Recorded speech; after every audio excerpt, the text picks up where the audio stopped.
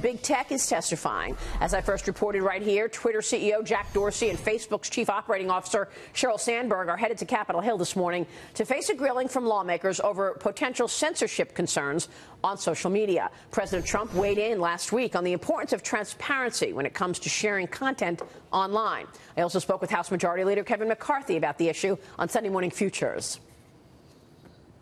I think that Google and Facebook and Twitter, I think they treat conservatives and Republicans very unfairly. And I think it's a very serious problem because they're really trying to silence a very large part of this country. If there's a conservative being shut down, that voice is not being heard. And if this is where 2/3 of Americans are getting their news, it's not a fair process. And this country believes in fairness. The internet was created on fairness.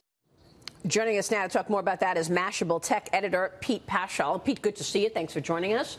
Your expectations today? Well, it's social media on trial part 2, as I like to think of it. When, like any sequel, it's probably not going to be quite as satisfying, and the storyline might be a little more confused. So basically, the last time this happened, Mark Zuckerberg was testifying, and we were right in the wake of the Cambridge Analytica scandal, and there was a big focus on data privacy and just the fundamentals of how Facebook works, and we had the top guy talking about it. Now we have Sheryl Sandberg and Jack Dorsey. They're both big players, no question, but now it's more general stuff about the election and what sort of meddling may happen and sort of the steps they're taking about that, as well as what we've just been talking about, this sort of silencing of conservative voices, or at least perceived silencing, according to them, that sort of may be going on, and they're going to have to answer for what has been called shadow banning, at least in Twitter's case, and other things like that, to see if they really do care about like the quality of the conversation on their networks, and if they really are being true to the idea of having all voices being heard. What are the downside risks today? I mean, what could we see? What's the worst thing that could happen to technology companies in light of all of this?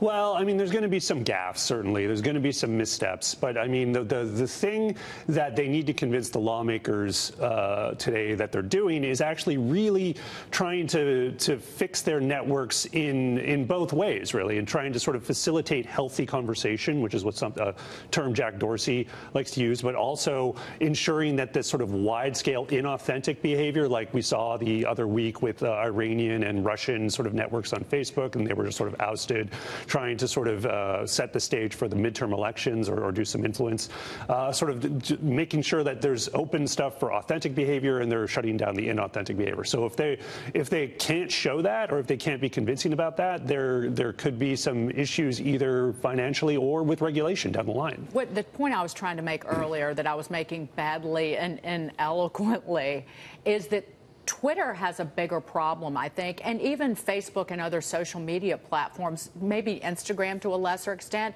People are tired of swimming in this cesspool. They're just going to turn away from it, and there's nothing that Twitter can potentially do to solve that problem. It is nothing but people hurling hate at the other across the political aisle, and that goes for both sides. And people are sick of it because it goes beyond just words. It goes to they're trying to destroy people's lives. Well, I agree with you to a large extent, because there's a question about just how much does Twitter even control Twitter? Because if basically these outrage mobs that we're seeing are an outgrowth of some of the fundamental ways that Twitter works. Well, they knocked Candace Owens off of the platform. Well, yeah, and this thing is, here's what Twitter is really inadvertently good at doing, is amplifying extreme points of view.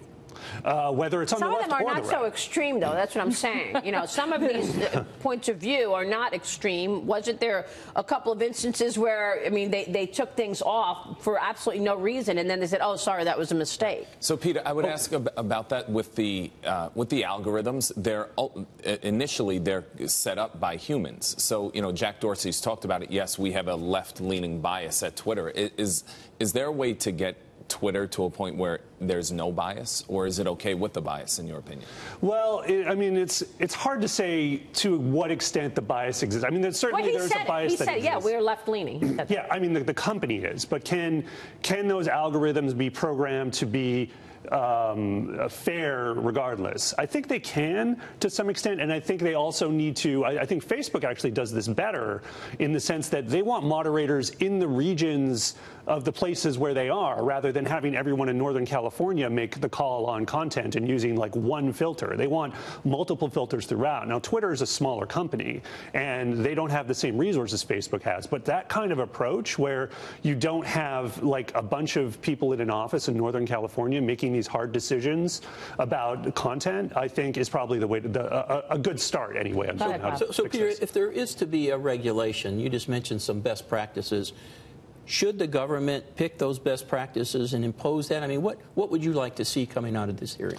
It's a big question. Yeah, I mean, in terms of the government stepping in, I think that, obviously you want to keep that to a minimum. I think stuff with regard to elections is probably the most likely regulation we're going to see on the social networks.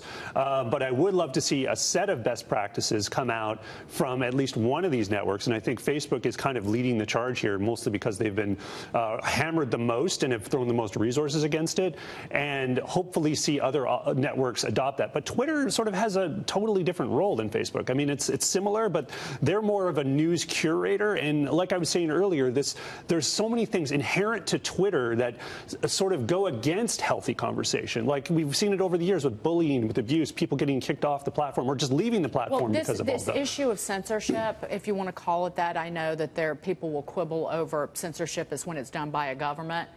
But what Facebook does is more insidious. They make money. They've shown reckless disregard for people's most personal information for years and years and years, and that's how they make money.